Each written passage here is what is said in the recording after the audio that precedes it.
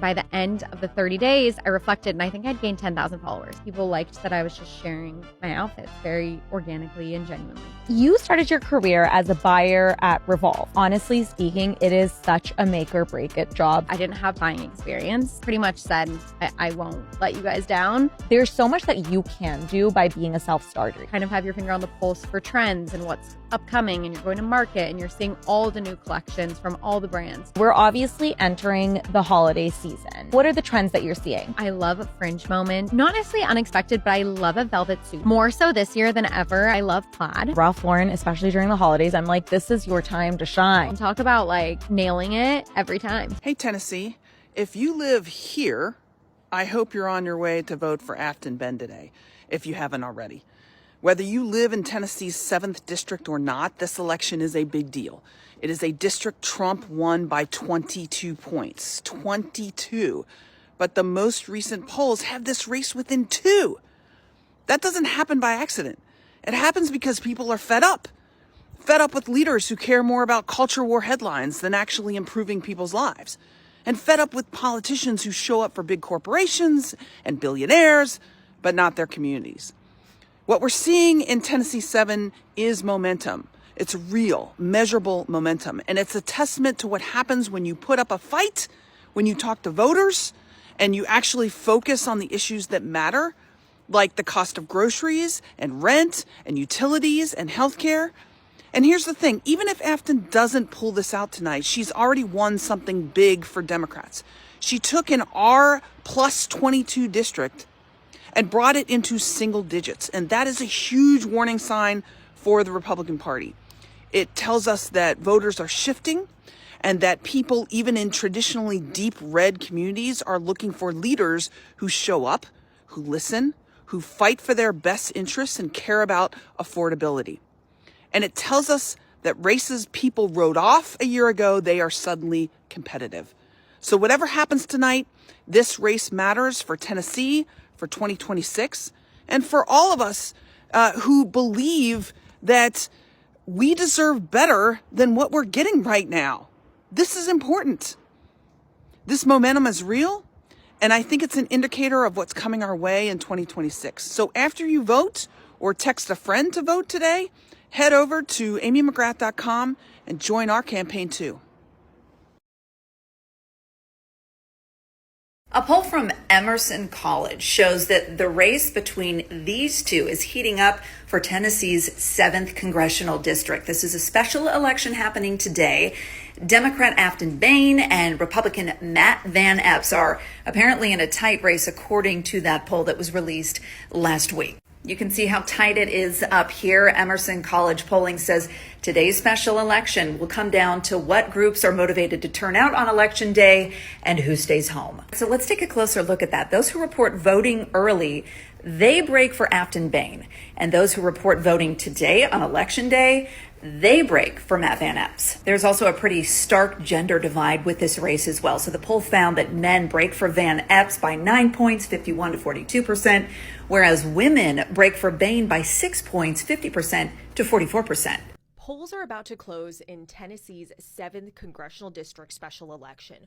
Why has there been so much national attention on this race that would normally be a slam dunk for Republicans? We're talking about a district that President Trump won by 22 points last year. It is reliably red. So the fact that you have Republicans scrambling to avert disaster and the fact that the polls show such a tight race is really remarkable. Even if the Democratic candidate Afton Bain doesn't win, if she loses by a smaller amount than expected, that could signal major trouble for Republicans headed into the midterms next year. Now, we have seen massive spending for a race, far more than you would normally see for a race like this in an off year. Trump's super PAC has spent nearly $1.7 million. You've also seen major figures like Speaker Johnson, President Trump, Congresswoman Alexandra Ocasio-Cortez, former Vice President Al Gore, participating in virtual rallies, campaign stops for this election. Now, Democrats here are hoping to preserve their winning streak. It was just last month that there were the races in New Jersey, Virginia for the governor's races, and also the New York City mayoral race where there were Democratic sweeps. Affordability was front and center in those races, and affordability Also front and center in this race, Democratic candidate has been focusing on the cost of living, frustrations with Washington. The Republican candidate, Matt Van Epps, has also been honing in on the economy and the cost of living. Quick update on the Tennessee special election. Afton Bain is currently winning a county with almost 51%. To put that in context, Harris lost it with less than 40%. Stay tuned for up to the second updates. Tennessee, all eyes are on you right now. If you haven't voted yet, make sure you get out there and vote. Today is a special election for the 7th Congressional District. Afton Bain is the Democrat that's running, and the polls are already closed. This race has national attention. Trump has been posting about how she hates Christianity, transgender for all, and all her campaign is about lower cost of living, lower healthcare premiums, which are expected to rise come January because of this big, beautiful bill. Republicans are worried because they don't have a plan to fight for you. They voted for this. They want this. So get out there and vote, because it's not just for you and your livelihood, it's for the entire nation.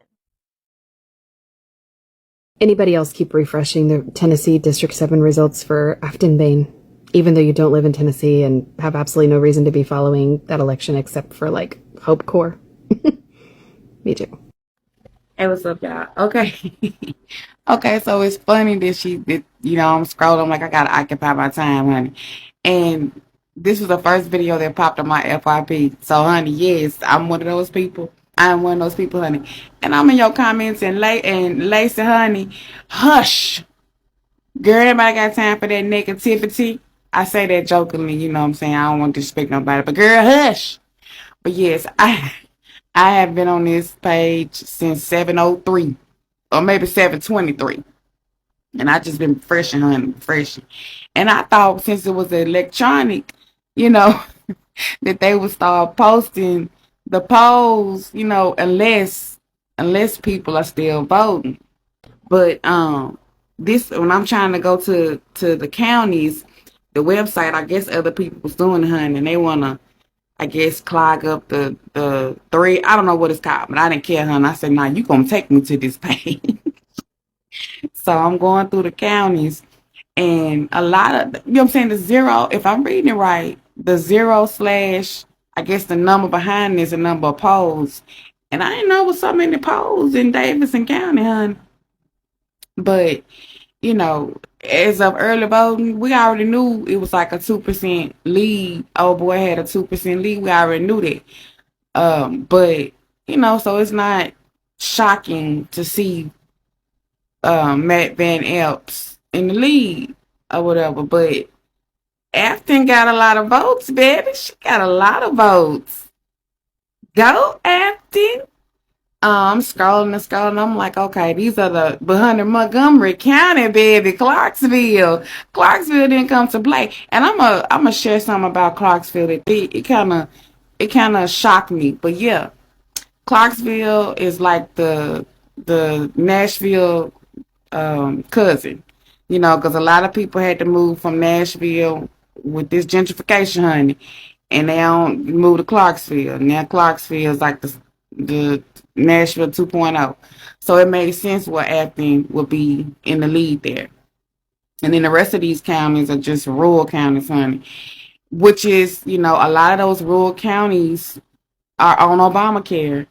So we'll see what happens, honey. I'm hyped up. I'm going to be up. I got to see what's going on. But I hope these Republican people voted for these subsidies because they need them too. We'll see, though.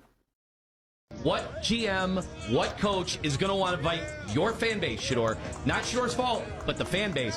What coach, what system, what GM, what ownerships is going to want to bring on the personal shots? Now even Jerry Jeudy is not allowed to get an argument with his quarterback without people calling him really bad things, really bad things. I'm not saying anything about Jerry Jeudy. You guys know exactly what I'm talking about? Because hey, got your chest first, homeboy. You been dropping a lot of passes out there. You ain't been playing lights out. We all out here making the mistakes. Let's work through this together. Yeah. All right, pass your chest first. Shador ain't gonna make every play. Shoot, you're a rookie, second start. So don't be coming over here and Shador ain't making all the matches and all that when you dropping the football. So, man, come over here and talk to me, man. Let's get this thing right. You ain't got to come over here clapping your hands and talking all tough and talking all crazy and all that. I don't care how cool we are, bro. You got to lower your tone. You hear me? Yeah, that's right. If you looking at the tabs, you hear me? Hold on. You coming over there clapping and all that. Like, for Shedeur to stand up, that stand up is like, all right, bro, you doing too much. You disrespecting me now. Rip your mouth. You know what I'm saying? And that's why he start pointing at the tablet and all that. Come on, man. You see that tablet in his hand? Walk over there and just talk to me, young fella. I would just walk over there and talk to 12. Hey, 12, listen, man, they rolled to cover 2 on this, man. You see? Hey, I'm about to bend it in on this or whatever it is. You coming over there. Your hands, that's why I love what Shedeur did. Shedeur stood up like, hold on, let me stand up, bro. You clapping a little bit too loud and all that. Like, if you seeing what I'm saying, look at the tablet. Talk to him. You over there clapping your hands and all that, yelling at the young fellas. His second start. Like, he working through. Oh, hi. I live in Tennessee. I'm in District 7. Yes, I voted for Afton Bain. To all of our friends who do not live in District 7, we see you. Those videos that you're making from Chicago, from New York, from California, we see those. They're coming through.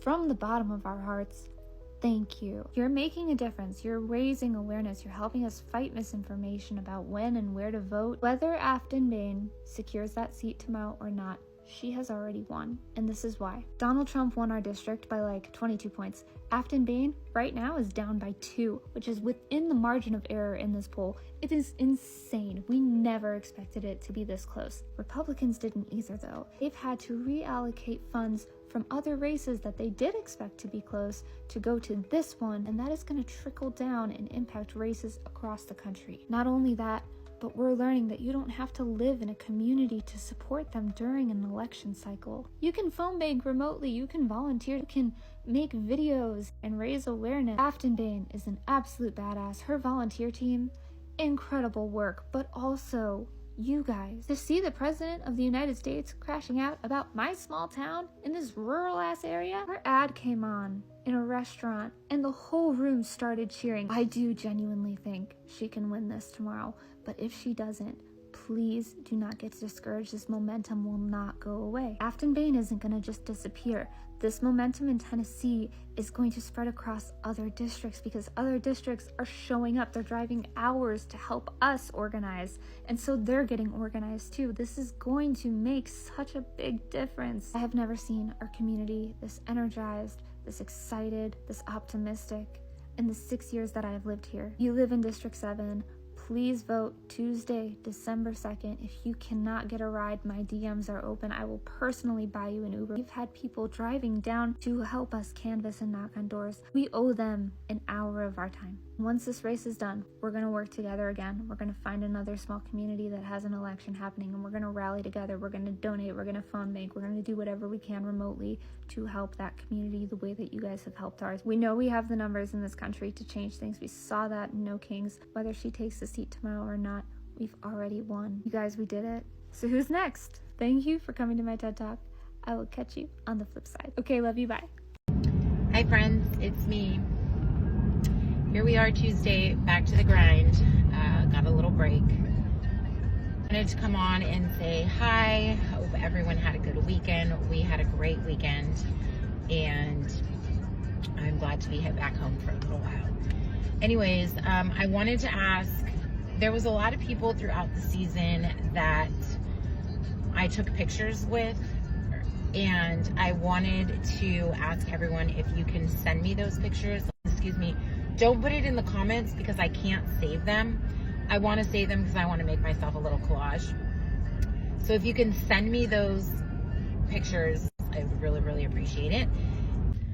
Also, I'm going to get started on those scarves. I know on Saturday, a lot of people were asking me and still wanting to get some scarves. So now that I have a little break, I'm going to get started on those.